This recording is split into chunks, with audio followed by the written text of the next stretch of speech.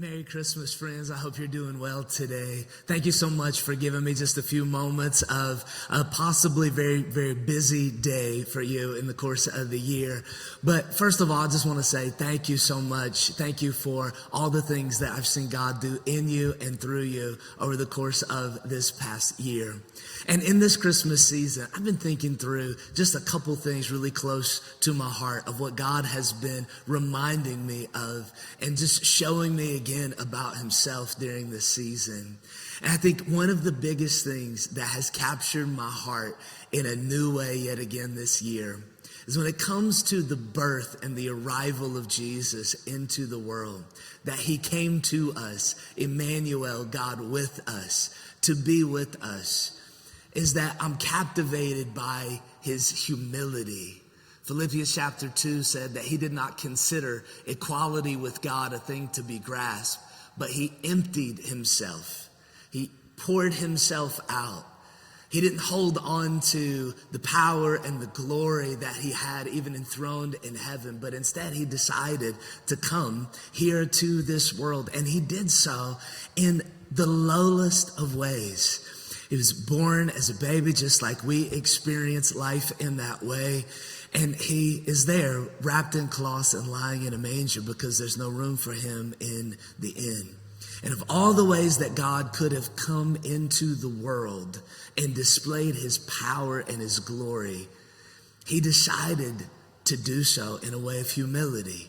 And I'm challenged by that in a personal way. If you're a Jesus follower, the antithesis of the Christmas season and the antithesis of the way of Jesus is pride and greed and envy.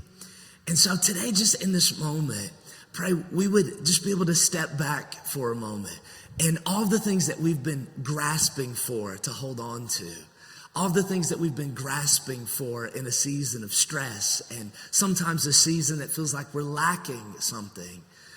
Jesus decided not to just live his life grasping for any of the things in this world. He didn't need any of them. He was content in who he was and content with the mission that he had to be able to come into the world to be with us and rescue us. It's his humility. And also, I'm captivated by his closeness, that he decides to come and be near to people like us. And not just in his birth as a baby and his arrival into the world, but that's how he lived his life.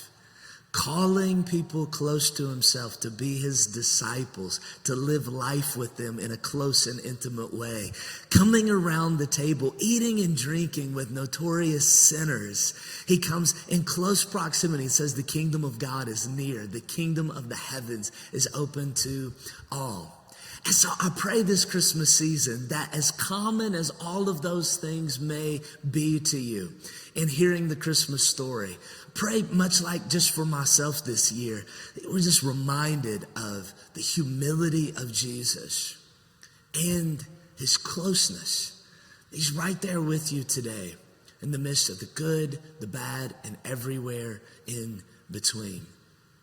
There's something else in that Philippians chapter 2 passage that not only did Jesus not consider equality with God a thing to be grasped, not only did he empty himself out, but it says that he emptied himself out even to the point of death on a cross. I was just reminded of that again in this season, that over the course of the last few weeks, as we've been teaching here on Sundays through this series, Good News, Great Joy, Present Peace. These things that Jesus came to bring into the world for those on whom his favor rests, who would receive him. There's this good news, there's hope, there's this great joy that he brings to us. And he is our Prince of Peace, present peace with us in our lives. But if I could add anything to those two word phrases for us in this moment, this Christmas, it would also be full story. Full story. Because if all I do is pull out the story of the birth of Jesus, his arrival into the world, him humbling himself to be born as a baby and live in a lowly way like that, being born in a manger. If all I did was pull out that story, as powerful and potent as that is, I would miss out on the grand picture of what God has been doing and what God continues to do. Because God created you and created all things. And the reason why Jesus came is because you and I were broken on the inside.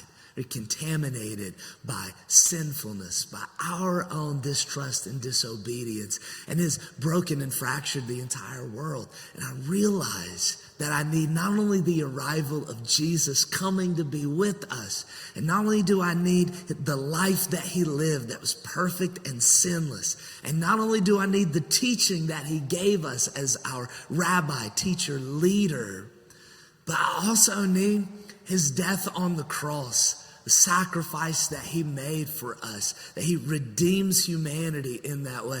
And I need the resurrection, that he rose from the dead, that he's powerful over death even.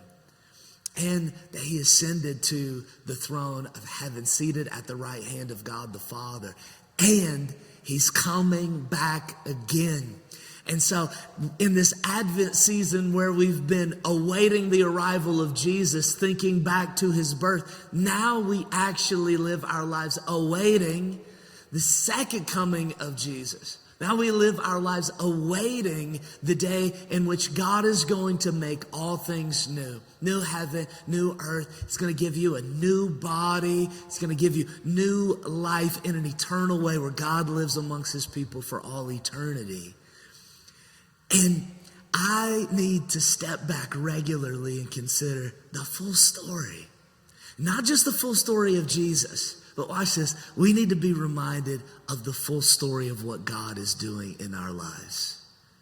That he made us, that all of us are in need of his love, all of us are broken, that he came to rescue us, yes, and that he walks with us all throughout this life.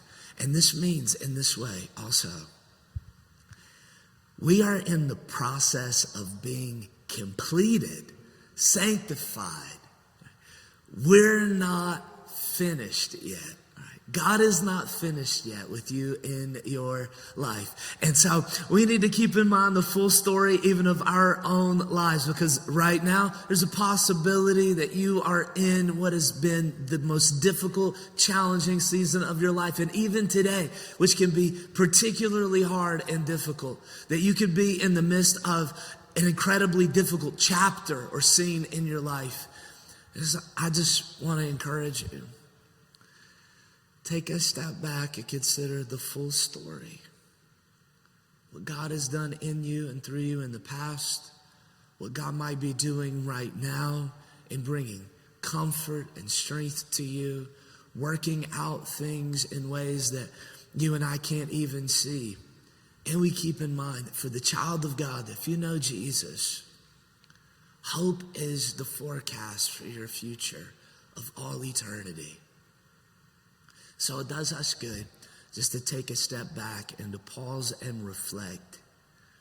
And keep in mind the full story of Jesus and the full story of Jesus coming to be with you. I want to encourage you today. He's not finished with you yet. He who began a good work in you is faithful to see it through. He's doing that even now, today. So I want to just bless you. You know, I'm praying for you right now and all throughout this day. If you're going through a difficult season, we're praying for you.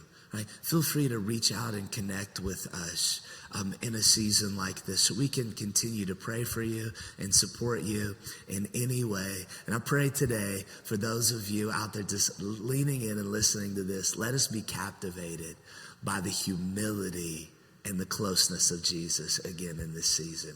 I love you guys. God bless you. Again, Merry Christmas.